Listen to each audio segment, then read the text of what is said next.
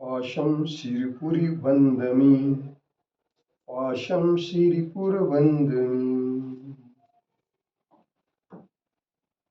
पत्रं यत्र विहायसि विपुले स्थातुं क्षणं न क्षमं तत्रास्ते गुणरत्नरोहणगिरि यो देवदेवो महान् चित्रं नाट्य करोति कस्य मनसा दृष्टा पुरे शिरपुरे सश्रीपाशुजिनेश्वरो विजयते दिग्भाषां शासनं दिग्भाषां शासनम्।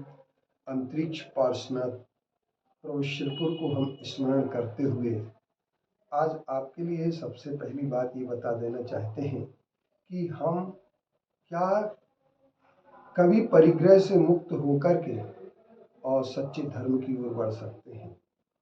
यदि ये हमारे अंदर बात आ जाए कि हम परिग्रह से मुक्त होकर के ही अपने सच्चे जैन धर्म की साधना कर सकते हैं, तो सबसे पहली बात ये होती है कि जो अणुव्रतों की साधना करता है, 5 अणुव्रतों का पालन करता है, 5 अणुव्रत में नियम से लग जाता है, उन अणुव्रतों में परिग्रह परिमाण व्रत सबसे पहले होता है। और परिग्रह परिमाण व्रत का मतलब यह होता है कि हम परिग्रह से दूर हटना चाहते हैं। अब जहाँ परिग्रह से हम दूर हटते हैं और परिग्रह हमारे पास नहीं होता है, वहीं पर हमारी सबसे बड़ी बात ये होती है कि हम परिग्रह से दूर हट करके ही अपने सच्चे ज्ञान को प्राप्त कर सकते हैं। चारित्र, जहाँ पर सबसे सही चारित्र की अगर साधना होगी, क्योंकि बहुत सारे लोग चारित्र की बात करते हैं लेकिन चारित्र कभी आ नहीं पाता है। कारण क्या होता है?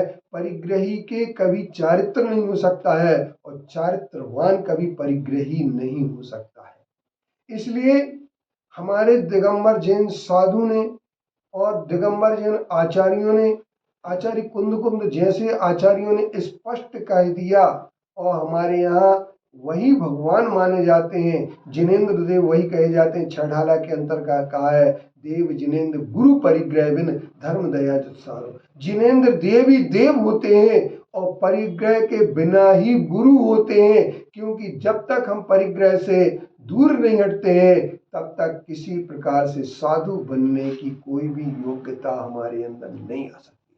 अगर हमें साधु बनने की योग्यता प्राप्त करना है और यदि चारित्र, निर्मल चारित्र प्राप्त करना है, बहुत सारे लोग कहते हैं कि कपड़े में भी चारित्र प्राप्त हो जाएगा। कुछ लोग कहते हैं कि अंदर के परिणामों में निर्मलता होना चाहिए, मूर्छा नहीं होना चाहिए, चारित्र तो अपने आ जाएगा। लेकिन यह ध्यान रखना, जब तक कि बाह्य परिग्रह होगा तब तक अंतरंग परिग्रह छूटने वाला नहीं है। तो कई लोग कहते हैं बैल भैंस गाय आदि के बाह्य परिग्रह तो नहीं होता है, तो उनके अंतरंग परिग्रह कैसे होता है? एक याद रखना, उनकी बाह्य सारी की सारी चीजों को प्राप्त करने की इच्छाएं अवश्य होती हैं। कोई ये कहे कि बाह्य परिग्रह के रहते, जैसे नारियल की नरेटी रहते, कभी भी नारियल के ऊपर के गोले का कालापन नहीं जा सकता है। पहले नरेटी टूटेगी तभी उसके कालापन जाएगा, और यदि नरेटी नहीं टूटेगी तो कालापन जाने वाला नहीं है। अब हम ये बात कह सकते हैं कि हमारे लिए एक विचार करना है, हमें एक चिंतन करना है कि हम किस प्रकार से परिग्रह से मुक्त होकर के आत्मा के कल्याण की ओर बढ़ सके। क्योंकि एक ध्यान रखना, सूत्र पौहण में आचार्य कुंद देव ने कहा है, जो परिग्रही की पूजा करता है वह नियम से पतन को प्राप्त होता है।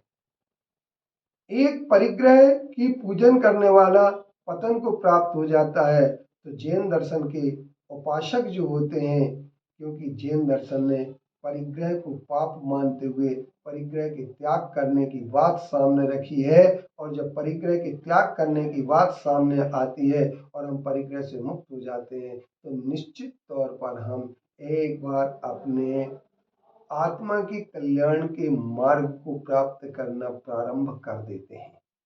और यदि परिग्रह से हम एकत्रित करते चले जाते हैं, बहुत सारे वाहन, बहुत सारा धन धान दासी दास कुपभांड, ये जो 10 प्रकार के परिग्रह बाह्य परिग्रह होते हैं, इनमें यदि हम लगे रहते हैं, क्षेत्र वास्तु हिरण्य, स्वर्ण, धन, धान्य, दासी, दास इनके प्रमाण नहीं करते हैं और पौहाड़, कपड़े, बर्तन इन सब को लेकर के चलते हैं तो साधु नहीं बन सकते हैं। चारित्र हमारे पास नहीं आ सकता है, साधना हम नहीं कर सकते हैं। इसलिए अगर अपन को चाहिए है तो सबसे पहली चीज यह है कि हम परिग्रह से मुक्त हों, तभी सच्चे वृत्ति, तभी सच्चे त्यागी, तभी सच्चे धर्मात्मा बन पाएंगे। और बहाना बना करके यदि हम परिग्रह को इकट्ठा करेंगे तो निश्चित तौर पर हम परिग्रह से युक्त होकर के पतन की ओर जाएंगे। त्यागी, साधु, वृत्ति कभी बन नहीं सकते।